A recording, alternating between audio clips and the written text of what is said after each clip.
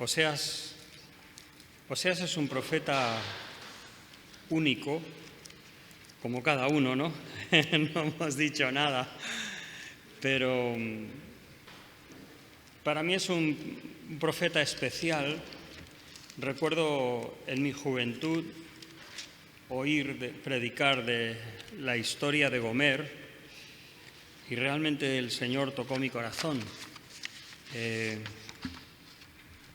Hay palabras de la Escritura que a veces pues nos son de enseñanza, nos dicen cómo son las cosas. Y qué importante es saber y conocer las Escrituras. Es importante saber cómo es Dios y cómo no es Dios. Pero qué importante a veces también cuando hay Escrituras que nos atraen con esos lazos de amor, que es una expresión de Oseas precisamente, que nos mueven a buscar a Dios no solamente con nuestra mente, sino también con nuestros afectos y nuestra voluntad. Vamos a orar un momentito y después vamos a ir a este libro. Vamos a orar. Señor, muchas gracias por tu palabra. En tu palabra entendemos cómo eres tú y cómo deseas que nosotros te entendamos. ¿Cómo deseas que nosotros entendamos esa relación que tú tienes con nosotros, con cada uno de nosotros y también como pueblo? Pedimos tu bendición, que al meditar un poco por encima en este libro de Oseas podamos recibir tu enseñanza y podamos preparar nuestros corazones para estudiar en este precioso libro. En el nombre del Señor Jesús. Amén. Quisiera leer quizás los primeros versículos, los primeros 2 versículos, como una muestra de la primera parte, y quizás a partir del capítulo 4 leeré los primeros 3 versículos para ver un poco cómo es la segunda parte de este libro. Palabra de Jehová que vino a Oseas, hijo de Beri, en días de Uzías, Jotam, Acaz y Ezequías, reyes de Judá, y en días de Jeroboam, hijo de Joás, rey de Israel. Aquí nos enmarca dónde ha profetizado o dónde estuvo su ministerio.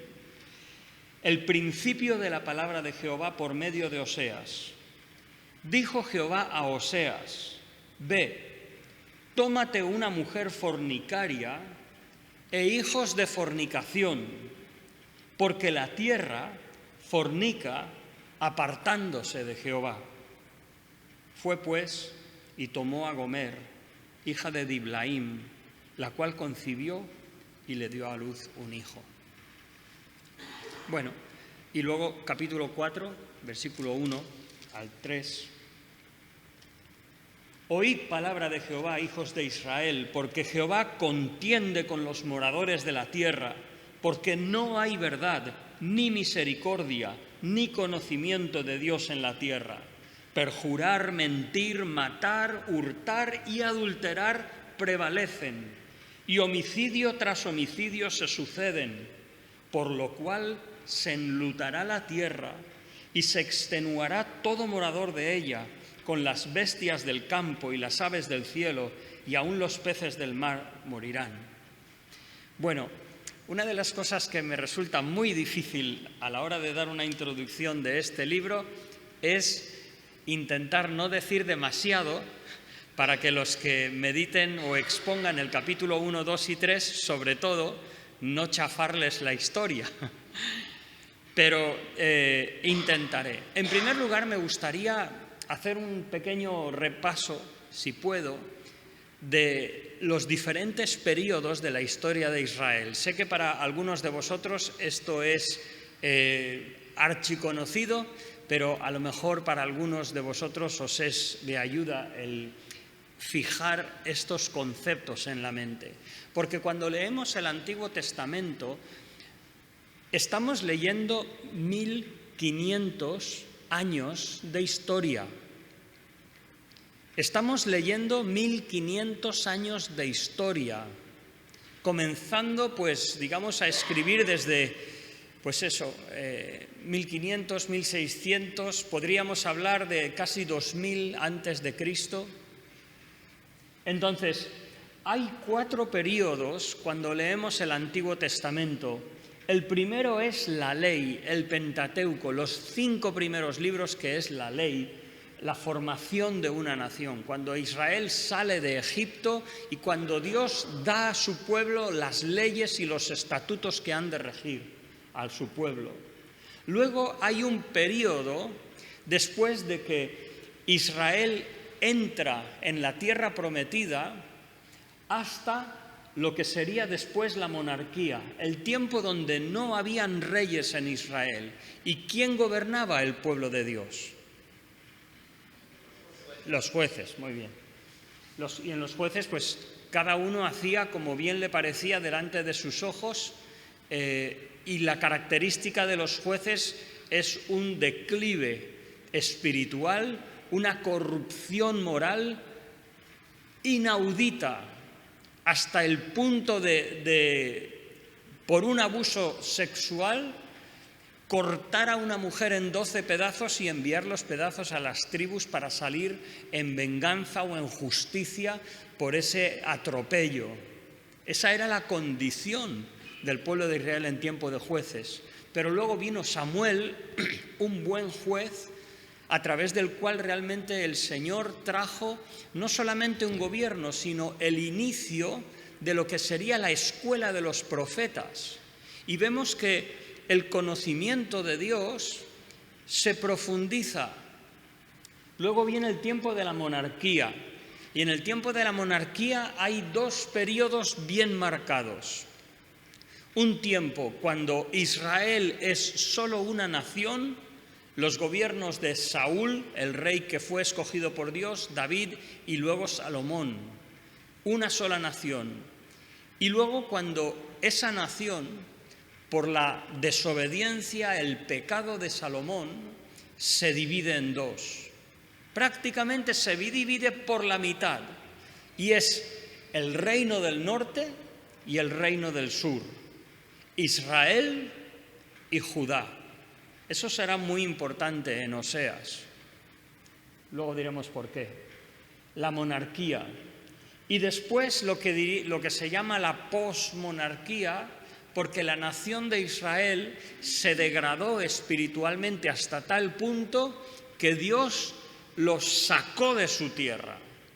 Entonces, en el año 721, 722 a.C., fue la cautividad del reino del norte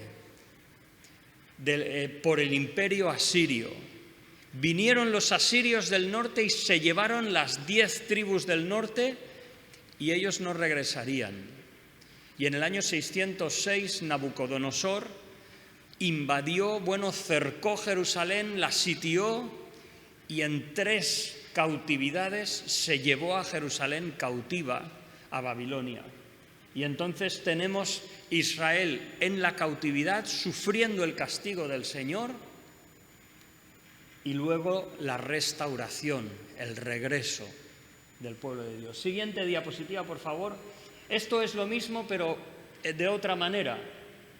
La ley, fijaos que Job está escrito en el tiempo de los patriarcas. El conocimiento de Dios, la perspectiva de Dios que vemos en el libro de Job, no es una perspectiva de Dios a través de la ley, de las ceremonias del Antiguo Testamento. No, es anterior a ello. Se mencionan los holocaustos como quizás la expresión más primitiva del hombre hacia Dios, pero no todas las fiestas y todo lo que Dios reveló después. Lo ubicamos en el tiempo de los patriarcas. Luego está el tiempo de Josué y jueces, que es lo que diríamos la premonarquía, y también incluyendo primero y segundo de Samuel. Y entonces en segundo de Samuel, primero de Reyes y segundo de Reyes estaría lo que es la monarquía.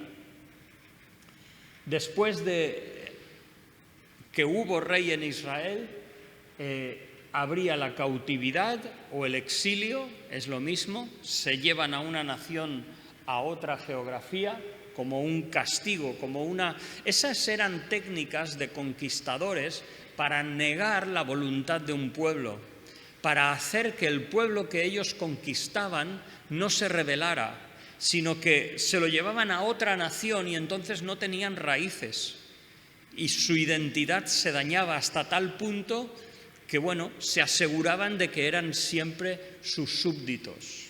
Eso cambió en el Imperio Persa. El Imperio Persa, que entra en el 539 a.C.,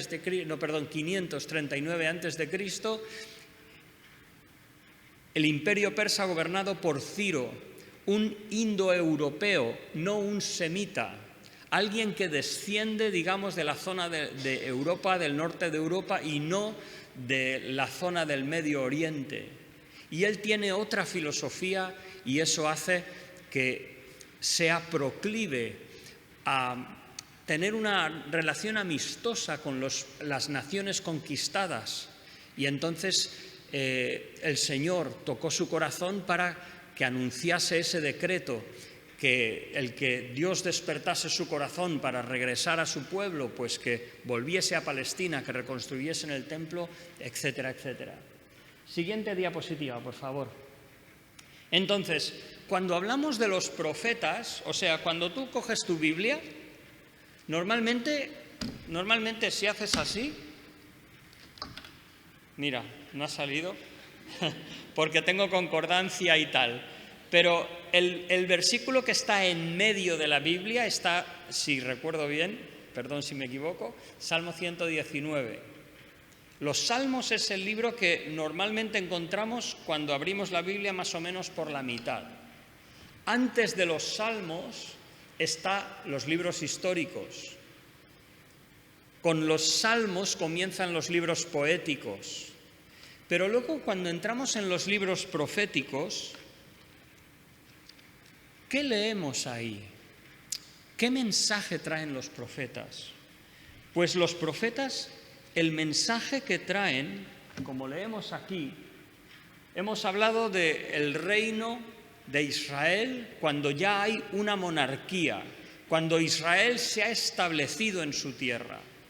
Entonces veis ahí un reino unido de Israel, Saúl, David, Salomón, y luego cuando el reino se divide y vemos hasta el 850 prácticamente que los profetas que hay no dejan ningún escrito. Hay profetas, los profetas están desde el tiempo de Samuel, bueno, aún Abraham se le consideraba profeta, etc. Pero es a partir de Abdías, Joel, Jonás, Amós, Oseas, que el Señor no solamente anuncia un mensaje a su pueblo, sino que lo deja escrito. ¿Alguien se acuerda? Lo he dicho varias veces en algunos mensajes y en demás. ¿Alguien se acuerda una de las razones por las cuales Dios levanta a unos profetas que no solamente declaran el pecado del pueblo de Israel, sino que lo dejan por escrito? ¿Alguien me puede decir una razón de por qué el Señor ha permitido que se quedara por escrito?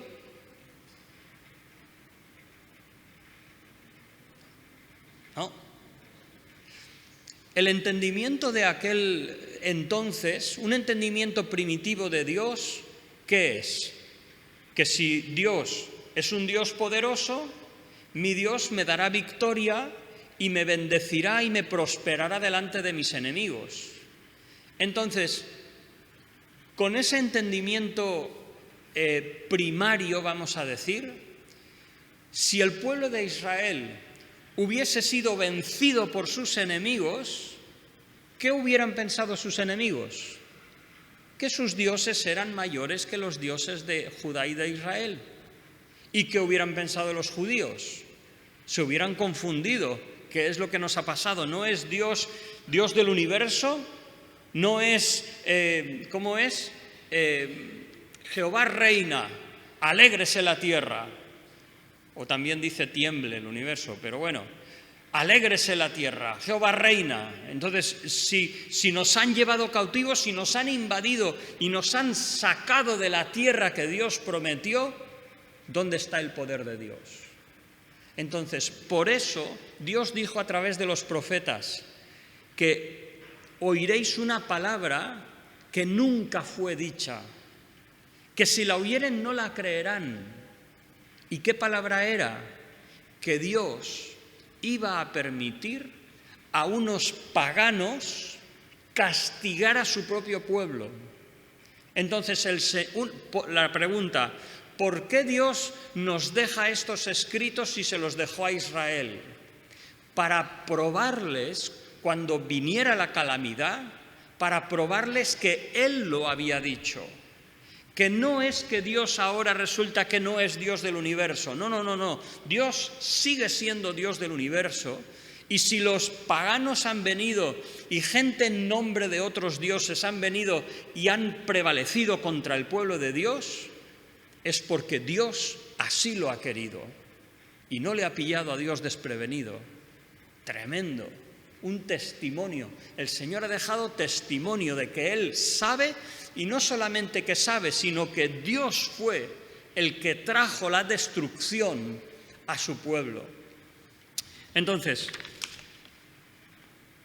interesante, Abdías contra Nínive, Joel, un profeta a Judá, y luego vemos Jonás, profeta a Nínive, Amós. ¿Cuál era el mensaje de Amós? Amós, estamos pensando en Amós y Oseas como dos profetas que predican en el reino del norte. ¿Cuál fue el mensaje de Amós? Si pudiéramos resumirlo con una frase.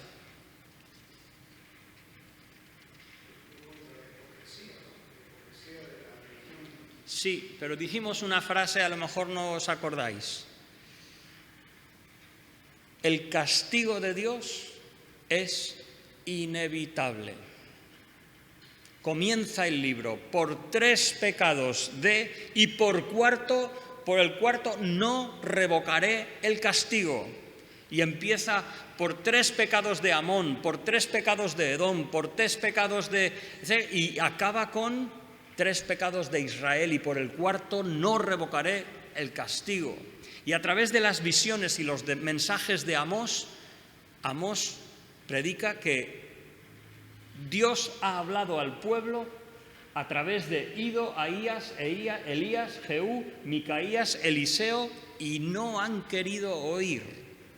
Y ahora Dios va a dejar por escrito que Él va a castigar a su pueblo y que el castigo es inevitable. Oseas lo que va a hacer es decirnos que a quien Dios va a usar para traer ese castigo es a los asirios. Y tendremos diferentes referencias al imperio asirio durante el libro de Oseas. Ahora, las palabras de Oseas tienen un carácter profundo y profundamente emocional. En Amós vemos un profeta: Israel, prepárate para el encuentro con tu Dios. O sea, un profeta que anuncia el castigo de Dios, un profeta que denuncia el pecado de Israel, un profeta que Dios lo mueve de Judá, del reino del sur, a subir a Israel y denunciar su pecado. Aquí es diferente. Aquí es un profeta de Israel. Y en medio de una mitad de un reino degradado y corrompido por el pecado, Dios muestra una de sus facetas más tiernas y amorosas con su pueblo. Tremendo. Dejadme deciros algunas cosas de los profetas en particular y luego iremos a este libro. Los profetas entonces, en general, son testimonio de un tiempo de declive espiritual en Israel, cuando Dios llama a su pueblo y deja una evidencia de que la calamidad que vendría después viene por voluntad de Dios y no viene por la debilidad de Dios. Me parece tremendo, porque si nosotros a veces padecemos tribulación, pueden ser por diferentes causas. Puede ser porque simplemente nuestra naturaleza humana está caída y tenemos enfermedad, tenemos accidentes, tenemos cosas que la raza humana normalmente tiene. Puede ser también que sufrimos tribulación porque el Señor quiere probarnos. Pero podemos sufrir tribulación porque hemos tomado malas elecciones o decisiones. Y también podemos sufrir tribulación por la disciplina del Señor, porque Dios activamente nos azota como hijos suyos que somos y a quien nos ama. Y porque nos ama, nos disciplina. Hebreos capítulo 6. Los profetas menores son buenos libros para introducirnos en los libros de los profetas. ¿Por qué? Porque el libro de Isaías tiene 66 capítulos y para estudiar un poco profundamente el libro de Isaías se requieren ganas, tiempo y tochos de libros así de gordos.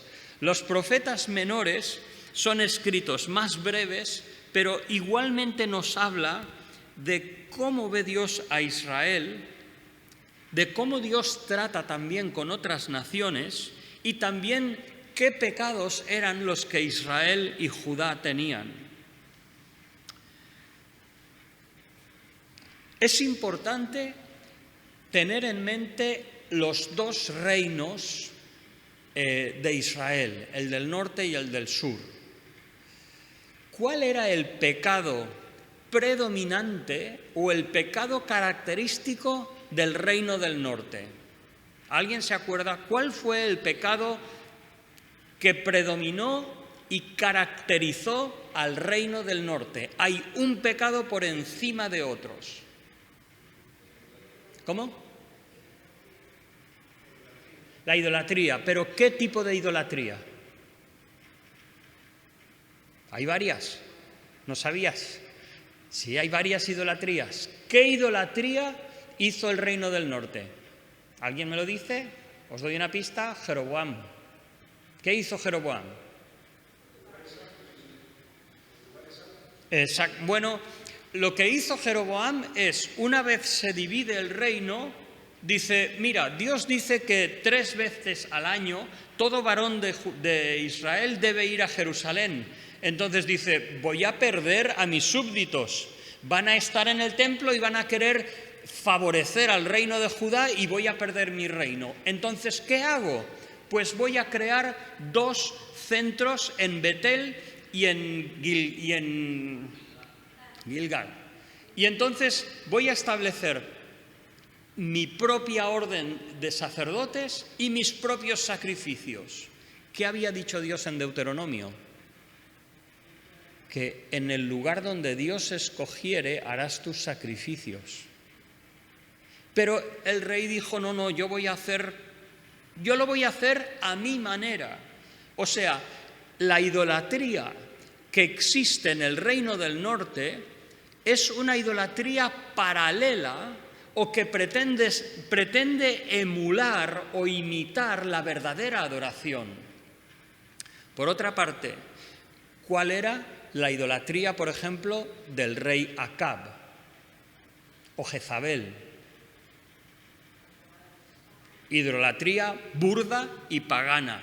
¿Qué quiere decir? Los dioses Astarot, Baal, dioses paganos de naciones vecinas, dioses cargados con contenido erótico, con contenido de desenfreno, y esos dioses Israel los quiso,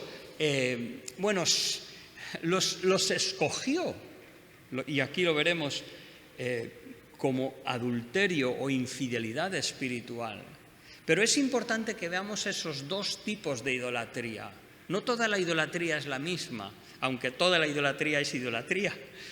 Pero a veces me parece que es más peligroso, bueno, las 2 tienen su peligro, ¿no? Pero tan idolatría es querer hacer una vida cristiana a nuestra manera que imitar al mundo. Podemos pensar en esos pasajes que dice: ojalá fueses frío o caliente, pero la tibieza es lo mismo que la frialdad.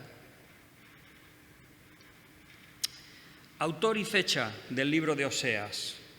Dejadme ir, si me olvido, no me dejéis que me olvide de deciros qué significa Oseas. Bueno, Oseas, hijo de Beri, por su escritura parece una persona con cierto rango, dignidad.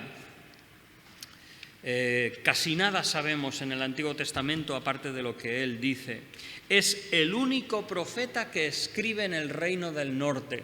El Reino del Norte, casi inmediatamente después de la división, cae en esa idolatría, mientras que en el Reino del Sur tendrán reyes más estables, fieles a la Escritura, y digamos la corrupción se detendrá, tendrán más estabilidad, aunque luego caerán igualmente. Es curioso porque habla aquí de en días de Jeroboam, hijo de Joás, rey de Israel.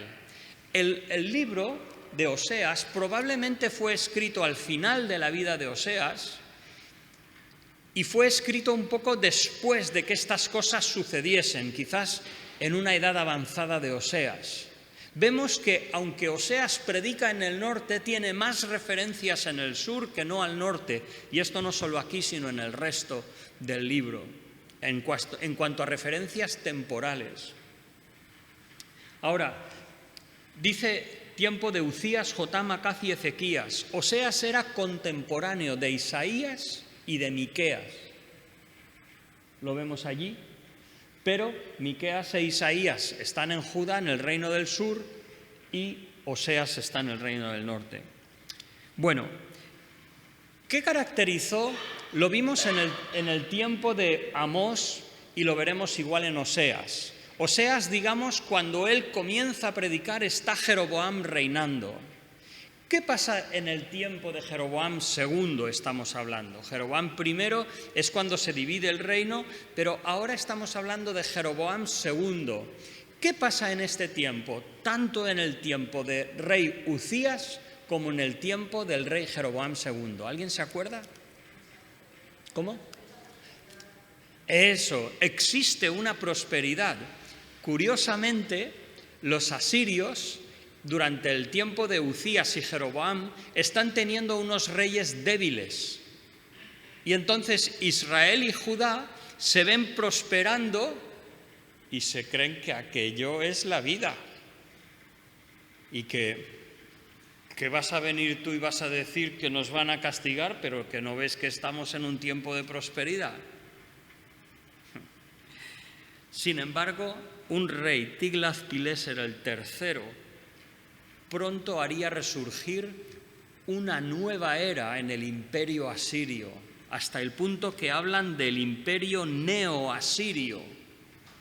Y él sería el que plantea una amenaza a toda el área, a todas las naciones. ¿Y qué empieza a hacer Israel y qué empieza a hacer Judá?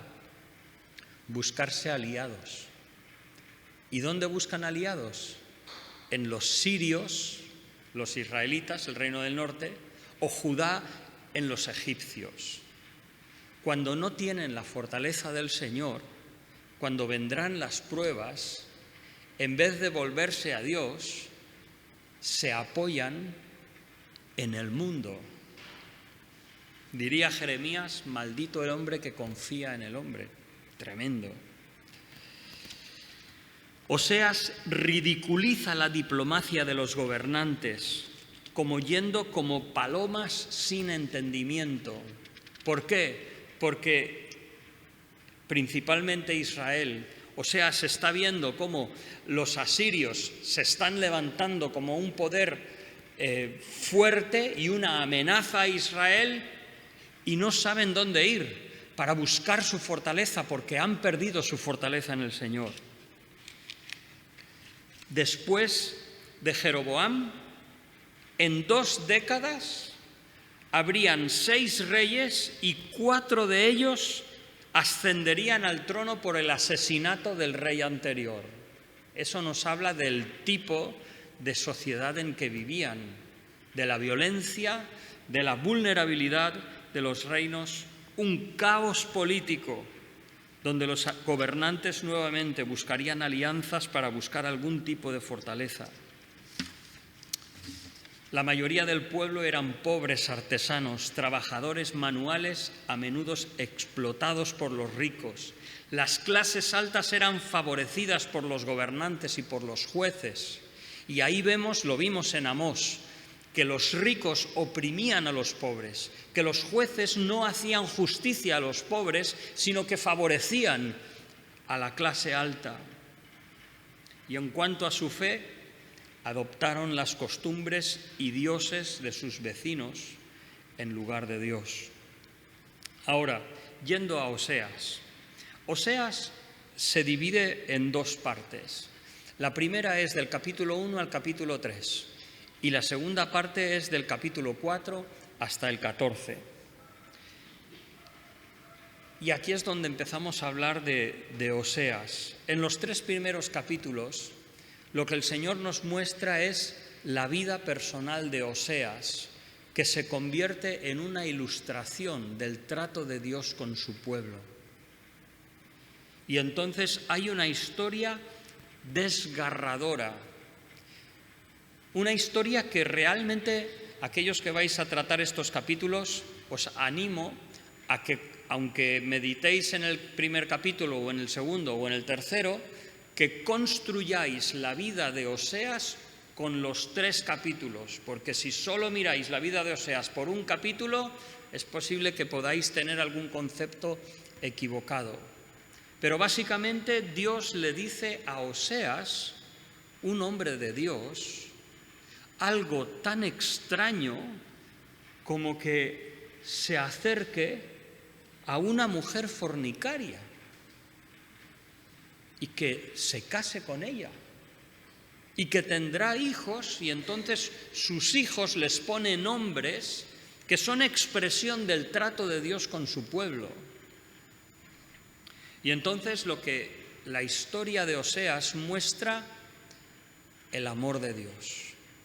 Si Abdías muestra el castigo de Dios que no va a ser detenido, lo que muestra Oseas en las 2 últimas décadas antes que venga la desolación de la cautividad, ¿qué es?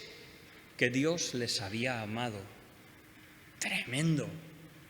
Que Dios les había amado profundamente, como Oseas a Gomer, como dice el versículo 2, tómate una mujer fornicaria e hijos de fornicación, porque la tierra fornica apartándose de Jehová. Y realmente la mayor de las veces, 72 veces, se refiere Oseas al reino del norte, y lo hace con los nombres de Efraín, Israel y también Jacob. Cuando habla de Jacob o de Efraín, está hablando del reino del norte. 12 veces habla acerca del, 15 veces aparece el nombre de Judá, y siempre vinculado con el norte. Oseas escribe con un tono profundamente sentimental, hablando de el amor de un hombre a una mujer que le es infiel.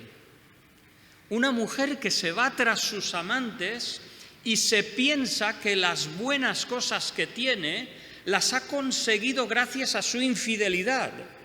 Y como dice Oseas, ella no sabía que yo era quien le estaba dando el vino, el trigo y la leche. En el libro de Oseas nos muestra que, aunque el pueblo de Israel se estaba degradando, ¿de dónde venía esa prosperidad? Aún de la misericordia de Dios. Dios trató a su pueblo y lo amó profundamente hasta el final. Y le dio su sustento, y luego si no obedeció a su sustento ni a su voz, entonces Dios lo castigó. y después lo restauraría. Vemos una escritura profundamente sentimental y a veces un enojo que muestra dureza y vehemencia. Pero el tema de Oseas es el sublime amor de Dios por su pueblo. Bueno, me voy a saltar un punto y voy a ir a las conclusiones. Primero, no debemos considerar nuestras circunstancias materiales como índices del agrado de Dios hacia nosotros o índices de espiritualidad. Sí que podemos estimar lo que tenemos como dones de la gracia de Dios, pero no pienses que porque tenemos 3 comidas al día o más, o porque tenemos una casa con cierta comodidad, porque a lo mejor no tienes que sufrir por llegar a fin de mes, no pienses que esos son índices de que tu vida espiritual está bien. Son cosas diferentes. En realidad, la prosperidad, cuando no estamos bien con el Señor, es una aceleración para apartarnos de Él. En segundo lugar, hemos de considerar nuestra fidelidad a Dios en términos de una relación conyugal. Esto me parece tremendo y precioso, porque no es una vez en Oseas que se menciona al pueblo de Dios y a Dios como la relación de un matrimonio, sino que Oseas, Jeremías, Isaías, Cantares, y ya no diré el Nuevo Testamento, que la Iglesia es la novia de Cristo. Entonces, ¿qué quiere decir todo ese lenguaje? Pues quiere decir que nuestra relación con el Señor, si se puede expresar de diferentes maneras, una de ellas es como una novia fiel a su novio, donde la emoción, la fidelidad, la entrega tienen un lugar predominante. Hermano o mujer, ¿qué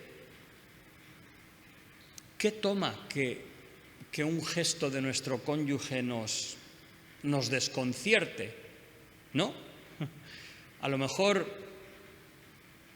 cosas te pueden desconcertar y nosotros por amor debemos ir con cuidado y no queremos molestar a nuestro cónyuge. No queremos queremos cuidar nuestros ojos, queremos cuidar nuestra mente para ser, como dice en Zacarías, fiel en el espíritu a la mujer de nuestra juventud. ¿Es verdad o no? Pues al Señor igual. Igual que nuestros ojos pueden, como dijo Job capítulo, si recuerdo bien, perdón si me equivoco, 31, hice pacto con mis ojos. O sea, se casó. ¿Cómo pues había de mirar a una virgen? Él era un hombre casado, con una vida entregada a su esposa. ¿Cómo iba a mirar a una virgen? Eso había pasado ya, no era su lugar. Entonces nosotros como creyentes hemos encontrado a Dios, hemos gustado que Dios es bueno. ¿Vamos a mirar a otros dioses, a otras filosofías? ¿Vamos a acordarnos de los puerros, las cebollas y el pescado de Egipto? Espero que no. Una última cosa. Aunque Oseas denuncia el pecado de Israel, también denuncia el pecado de Judá. Nunca es bueno satisfacerse porque otros son peores que nosotros. En un sentido, Judá podría decir, mira Israel, qué mal que lo hacen. Son idólatras terribles. Aquí en Judá tenemos mejores reyes. Después de Uzías vendrían reyes como Ezequías, como Josías, que eran buenos reyes. Podrían mirar de reojo y decir, nosotros no somos como Israel. Error. El hecho de que otros hagan peor no es ni excusa ni apoyo para que nosotros nos contentemos en menos que lo que es un amor entregado, dedicado y limpio entre nosotros y nuestro Dios. Que el Señor nos ayude.